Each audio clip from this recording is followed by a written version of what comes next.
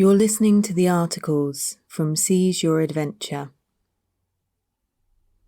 I want to give a quick content warning for this episode. During his story, Cameron goes into detail on the consequences of having a seizure in water whilst he's surfing. So please bear in mind that some of the descriptions and events may be upsetting.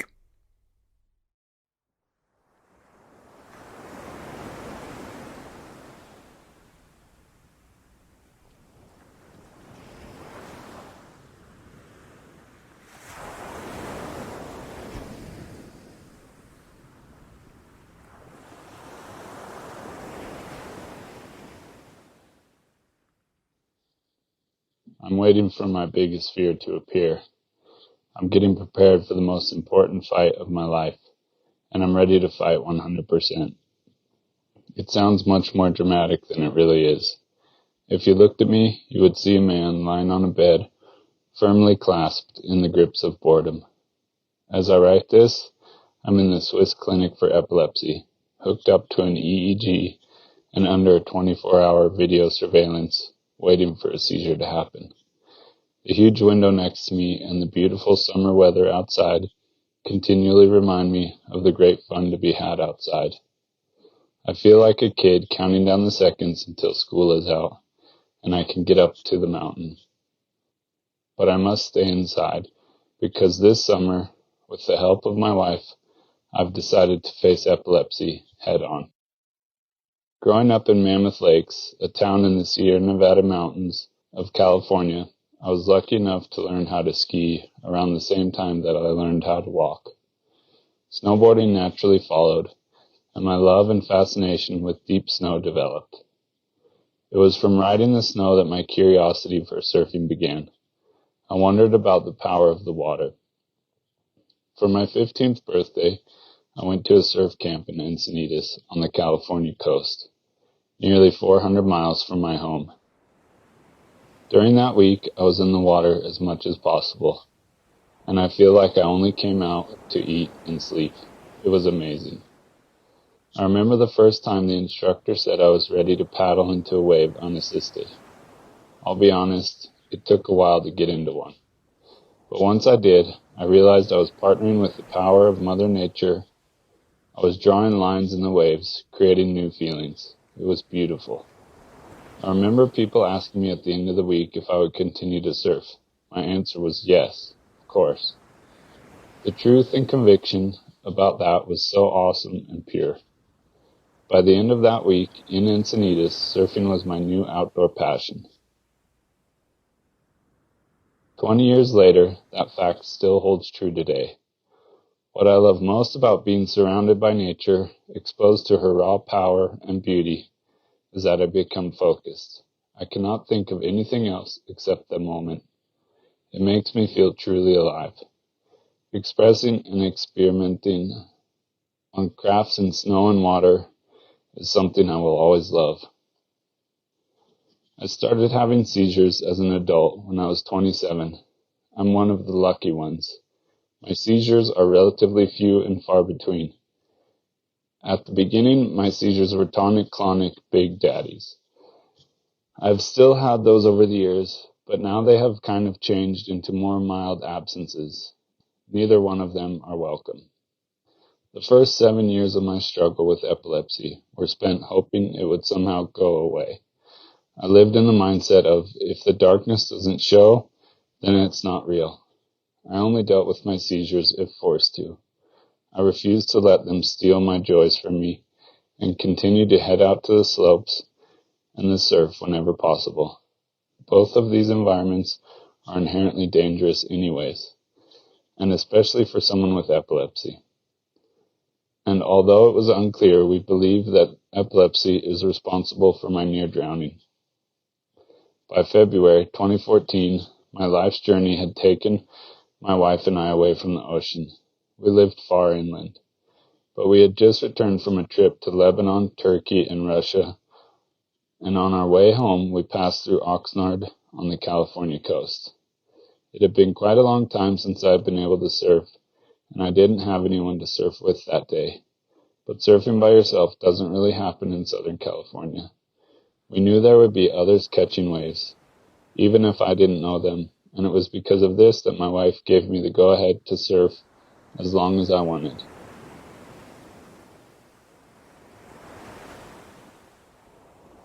The waves were perfect, powerful, head-high nuggets of fun. Surfers in Southern California tend to keep quiet and to themselves, so there was a mellow crowd, no hassles. Everyone seemed to be out just to have a good time. After a few hours of great surf, I was grateful and happy and ready to head back to shore. But I'm sure jet lag was taking a toll on my body. And as most of us know, sleep deprivation is a no-go for those of us with epilepsy. I lost consciousness. I was unconscious and drowning in the ocean. But there were other surfers out, and some everyday heroes pulled my lifeless body onto the beach. 5 amazing people gave it their all to save the life of a complete stranger. On this platform, I will spare you the details. They hold many unexplainable miracles. But those who saved my life worked on me on the beach until the paramedic unit came and took me to the hospital. I was still alive, but there was a long time without proper flow of oxygen to my brain. I did not have any identification with me in my wetsuit, so I was admitted into the hospital as John Doe and put in an induced coma. But the doctors had to take the risk to wake me up to see if they could figure out who I really was. Given the state I was in, I couldn't speak, and they asked me to write my name. I still have the paper and can barely read my own words. Cameron Schwarzkopf. It looks like a 2-year-old wrote it. The nurses were able to contact my mom, but she was hundreds of miles away in Mammoth.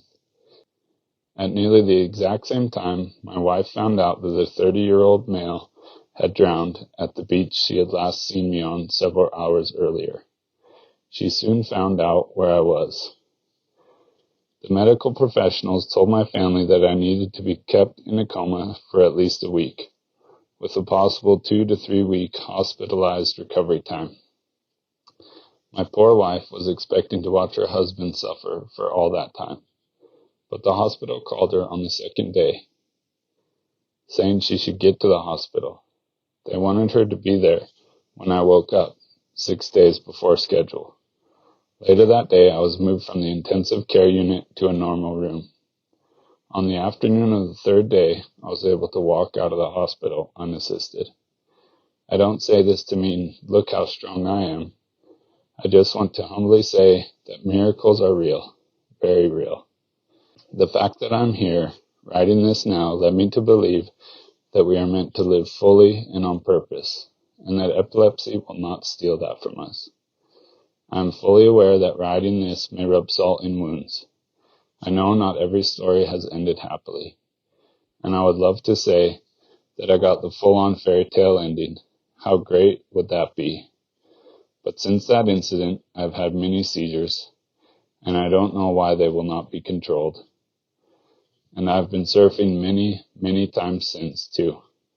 I will not give it up, and I will not be afraid of it. After my loved ones, it is the activity that gives me the greatest joy and satisfaction. Whilst I have not been afraid to surf with epilepsy, I recently came to the realization that ignoring my epilepsy was based in fear. Fear that having epilepsy would change my life. But we are not meant to live in fear. We are meant to live fully and powerfully. That's why I have a matrix-looking headdress on right now, waiting for my enemy to show itself. The more we know about it, the greater the chance I have of beating it. I'm a warrior against epilepsy and all the negative effects it has on my family, friends, and beautiful world. Bring it on.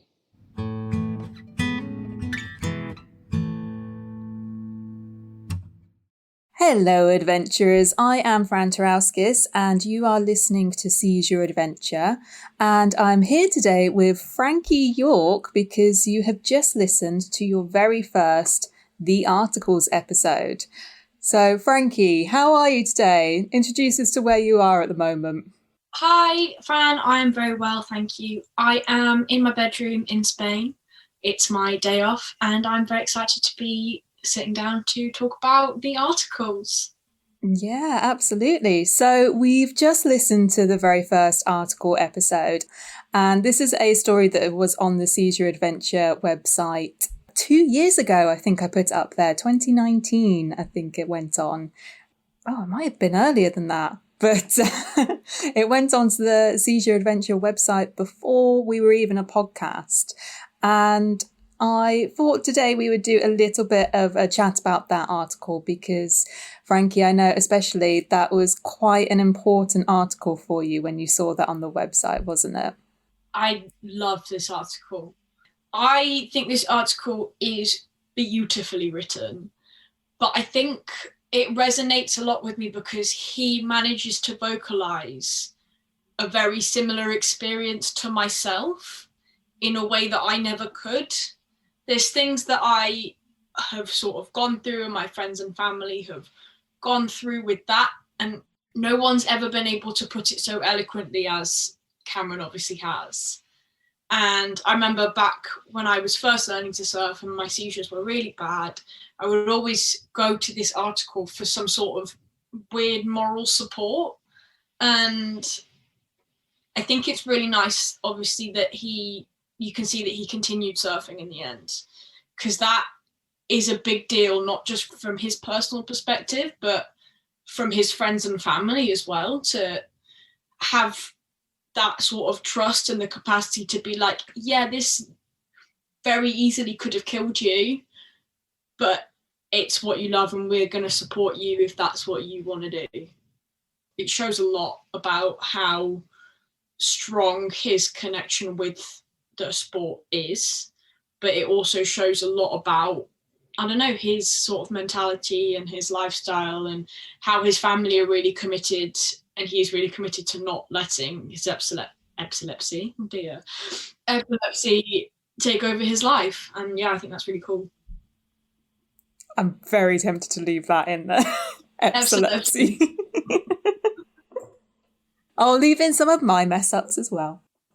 Yeah, it's really interesting to hear you say the way in which it's written as well, because when Cameron came to me with his story, he came to me with that opening was always there, that he wanted to write it when he was in hospital.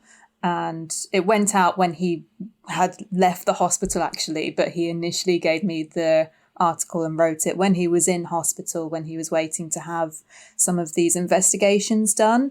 And so that was such a really interesting way to frame it, that we were talking about something that was very active whilst he was being very inactive. And that was something which I think he quite liked to do whilst he was waiting in hospital. It made him feel a little bit more connected to the outside again and that kind of stuff.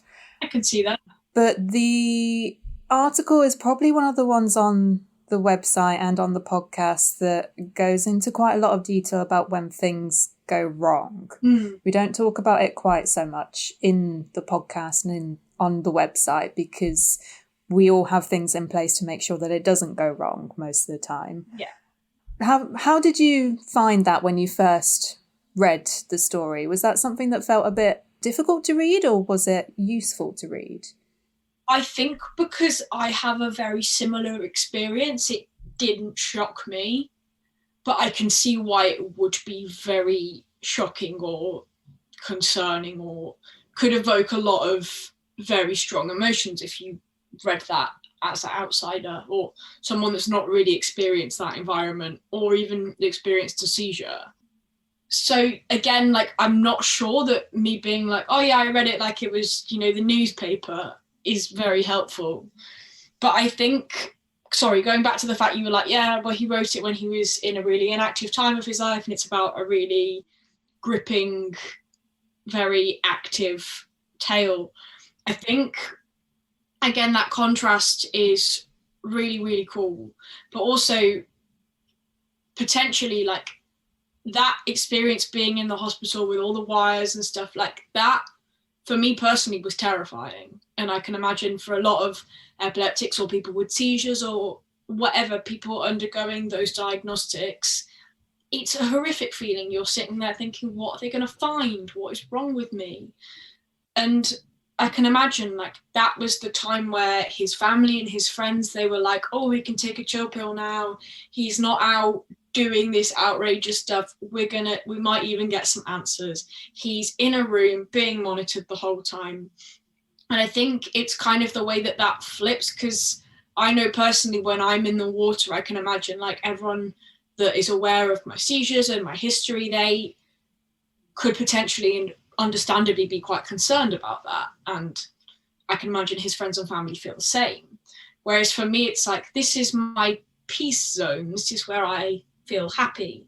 So I don't know, I just feel like it's this weird switch between the two states, not only for him, but for I can imagine for his surrounding people as well. But as far as it goes, I can see it being quite shocking. And I think it is very important that we say, oh, by the way, this does have quite a graphic detailing of when it didn't quite go right. But I also think that it's very important that we have these conversations, because we sit here and we advocate for people doing whatever they're comfortable with and even going outside their comfort zone and really reaching their capacity. But like, it has to be said, we do deal with a condition that can be very unexpected. Do you know what I mean? You can prepare everything. You can have contingency plans like Cameron did. Wait, am I wrong there? So I think you're absolutely right. With Cameron's story, he was saying that he basically made a mistake because he went surfing when he was tired. He'd come back from a long travel and that kind of thing. So I think, like you say, it's a good reminder that mistakes can happen, and that's true when you're surfing at any point, essentially. And yeah, like you say, I think it is a good reminder for us to keep an eye on ourselves. I'm definitely guilty of that. Sometimes I'll be out there and be like, oh, I should not be here right now. I should probably turn around and go back in. I think, but what was I going to say? Yes, so I think it's really important that we have these conversations about what happens when things go wrong. And obviously Cameron was very fortunate to have people there that sort of knew how to cope with that situation. I would have potentially liked, I don't know, if he would have obviously said like, oh, I've continued surfing this, that and the other, and this is what I do to mitigate X, Y, and Z. I don't know, like, I remember, I don't know if I'm getting a bit confused, but I feel like he said that when he went out that day, he didn't have any ID in his wetsuit, but potentially if he carried on, maybe he could have said like, I always have a dog tag, or I always do this, or it would have just been maybe nice if he'd have, you know. But other than that, like, I think it's really lovely. And I think, like I say, the fact that he did continue surfing after what happened shows real grit in his character and demonstrates how cool the sport really is, that you can't give it up. Yeah. I have to say, as we all know, I'm not a massive water baby. I'm not as good in the water sports at all. But when I speak to Cameron, when I speak to you, and I speak to Jared, there is something in surfing and in being in the sea that definitely sounds like it can be fun at times. So you can see why it's such a draw. Yeah, thank you so much for your thoughts on that one, Frankie. I very much wanted to know your opinion on it, because obviously it's one that means a lot to you. If anybody wants to hear more from Cameron, we have actually done a Q&A. I spoke to him a couple of months back now, in fact, just after he recorded the story for us. And that is going to be available over on the Patreon page. So if you sign up as a patron at $10, so that's about £8, you can listen to that Q&A, which will be out next week. I feel like I should have asked what you thought about it. I mean, you can ask me now. Go on, Fran, what did you think about it? Because I'm guessing you've had a lot of behind the scenes interaction with Cameron, and when this story first came about, when it came to publishing on the website, what were your first impressions when you read it 2 years ago? Yeah, it was a really interesting one. I think that Cameron got in touch with me via Jared. So they both kind of had a similar background in terms of the surfing. And Cameron very much wanted to tell his story at that time because he wasn't surfing at that time. And I think that it was a difficult one to edit up properly because Cameron wrote it and he did a very good kind of like stream of consciousness with it and just told the whole story, and there was a little bit more backstory and all of this kind of thing. And there were obviously aspects in it that, like we discussed, could potentially be quite difficult to read in places. So it was finding how much of it to tell and how much of it not to tell. And there were, like you said, a couple of places where we just wanted to highlight that Cameron was aware of the mistakes that he made in a few places. So we did go over things a couple of times just to make sure that was clear.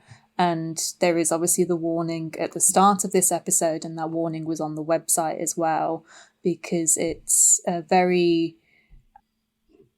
lot of responsibility to tell these kind of stories. And obviously I wanted it to be both true to Cameron's experience, but as you say, not advocating for anything that could be copied in the wrong way.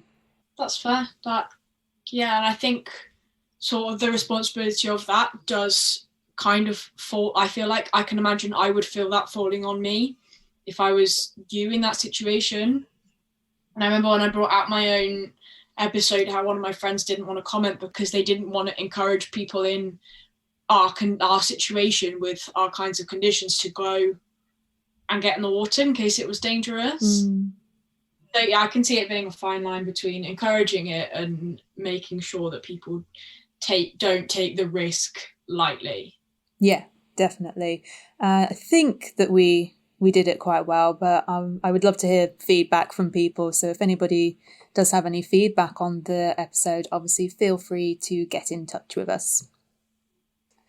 Thank you very much for listening today, and until next time, safe adventures from me. And me. I feel like this is the most chaotic one of our recordings has ever been. And we've had some quite chaotic ones. It's a brand new, what can I say? It's a brand new type of episode. It's all gonna hopefully come together.